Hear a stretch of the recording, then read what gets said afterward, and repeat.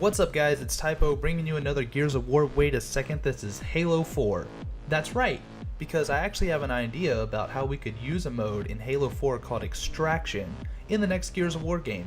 And maybe we could call it something a little more catchy like Jackpot. Now you're probably sitting there at home wondering, what is Jackpot? You've got questions and I've got answers. Jackpot is an objective mode where teams capture and hold zones by interacting with Jack to gather intel on enemy forces. Now, for those of you not familiar with the campaign, Jack is in the first cutscene in Gears of War 1 when Dom breaks Marcus out of jail. Jack, rip that door! Jack also appears in a flashback sequence in Gears of War 3 to help Barrick break into a bank vault. This actually predates the stuff that happened in Gears of War 1 and 2. Unlock that door for us, will you?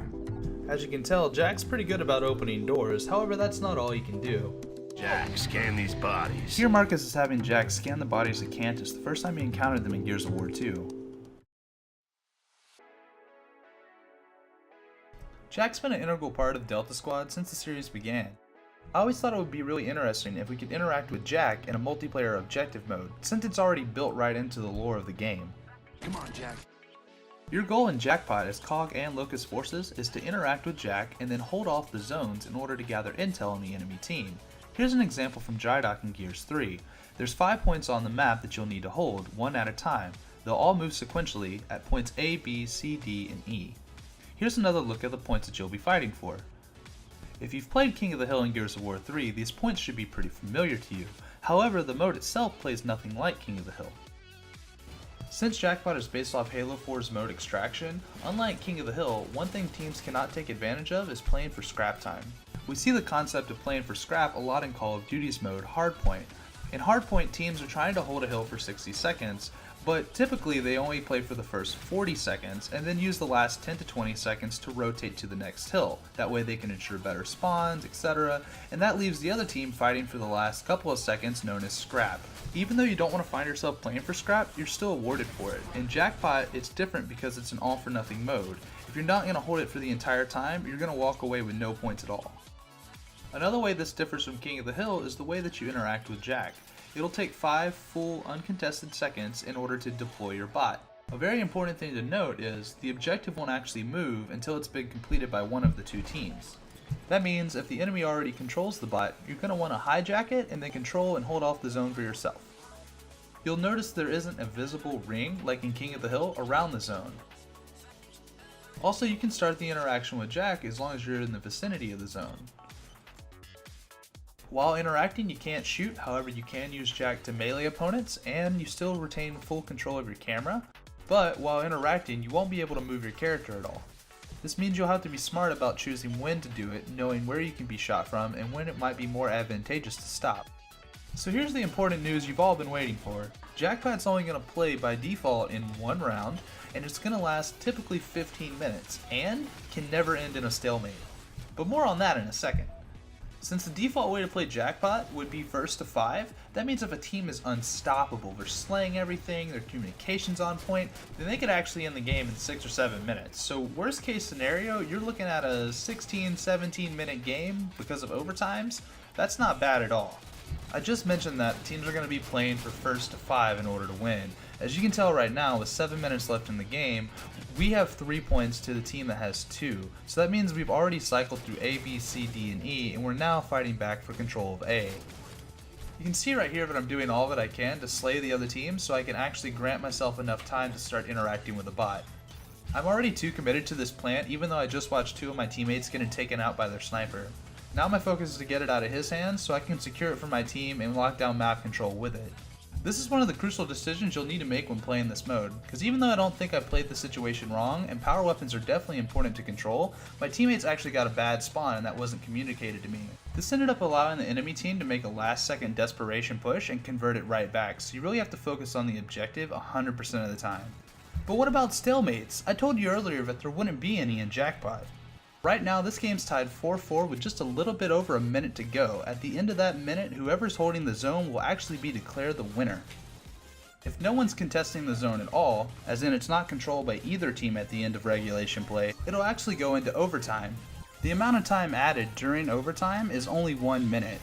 I know that doesn't seem very long, however, if the minute runs out and it's still not controlled, another minute will get added as double overtime and triple overtime, etc. I already know you guys are worried that we'll see jackpot rounds ending with 30 extra overtimes and tons of people padding their stats. However, there's a catch to ensure that that never happens. So what's the catch? During regulation play, teams will typically have to interact with Jack and then hold off the zone for a minute. If a hijack occurs, the team that hijacked the bot will have to start a new minute. That doesn't occur during overtime. Once teams have entered overtime, in order to keep them from drawing rounds out, whichever one interacts with Jack first will actually start a final countdown of sorts. During this final hold, hijacks could occur from either team, left and right, as many times as possible. Whoever controls Jack at the end is the winner. During overtime, there's a ton that you could do to come up clutch for your team. Either you're the one deciding to interact with Jack to drive it into a final minute, or maybe you're making an unlikely play for a power weapon to sweep in on a flank and get a last second victory. So while I was gathering clips for this particular video, this is actually the second game of Extraction that we played. During this match, we really wanted to showcase how we can make a couple of simple changes to the game mode without turning it into something it's not. So if this were a scenario for Gears of War in private matches, we'd still be playing Jackpot. The core of the game type hasn't changed, we're just changing a couple of values so that we can play it in a different way, none of which is breaking the game at all. Some of the changes that we made the second time that we played is we decreased the hold time from a minute to 15 seconds. It still takes 5 seconds to interact with Jack to start holding, but the thing is you don't have to play for an entire minute at one site. After 20 or 30 seconds, you're already off to the next site, so it plays extremely fast, like a lightning round. Earlier in this video, we were playing one round for a length of 15 minutes. But the second time around, we decided that we wanted to play with multiple rounds, so we ended up doing a best of 5, so you needed to win 3 rounds in order to take the entire match. So we lowered the time limit to 5 minutes per round, and since there's 5 points on the map, we made it to where you need to win 3 points out of the 5 to win a round. Everybody was having a lot of fun in both Game 1 and Game 2 of testing Extraction to talk about Jackpot. And it was mostly because once they got a little more familiar with the mode, they were having a lot of fun playing it in different unique ways.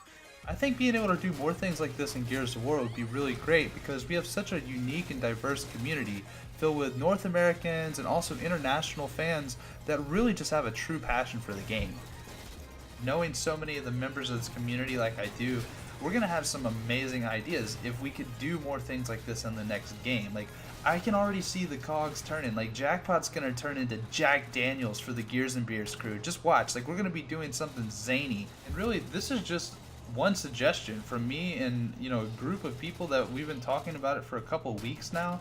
I really have no doubt in my mind that once you harness the entire creative power of the Gears community, we're going to come up with so many awesome things that people are going to be looking to play and share with their friends for years to come. So, now it's really up to you guys, the rest of the community. Do you like the idea of Jackpot? Do you think it sucks? Do you have maybe a way that you would improve the mode? Let me know in the comment section, or if you even have a question, you could hit me up on Twitter. Throw me a follow. I pretty much talk about Gears 24/7. Also, there's a link in the description to the Black Tusk Studios official forums for Gears of War. They'd honestly love to hear your feedback on things like this. Since we're talking about Jackpot, has anybody ever sat and thought about the resources on planet Sarah? I mean, there's so much former wealth. Look at the architecture that they have. They've got trillions of dollars that they've just thrown at these resort-style hotels that they've built for themselves in Azura. And we even have evidence of video arcades being in Gears of War 2 and Gears 3's campaign. Plus, there's even poker chips on Hotel's overhead map. So my question is now, where's the actual casino? Like, could you guys imagine a half pristine, half war-torn, symmetrical multiplayer map that we could maybe play Jackpot on? If you're a Gears of War fan that really likes these ideas, share it with a friend.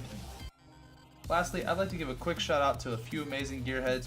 Without all your constant help, input, and discussion, this video would have just remained an idea. Thank you so much.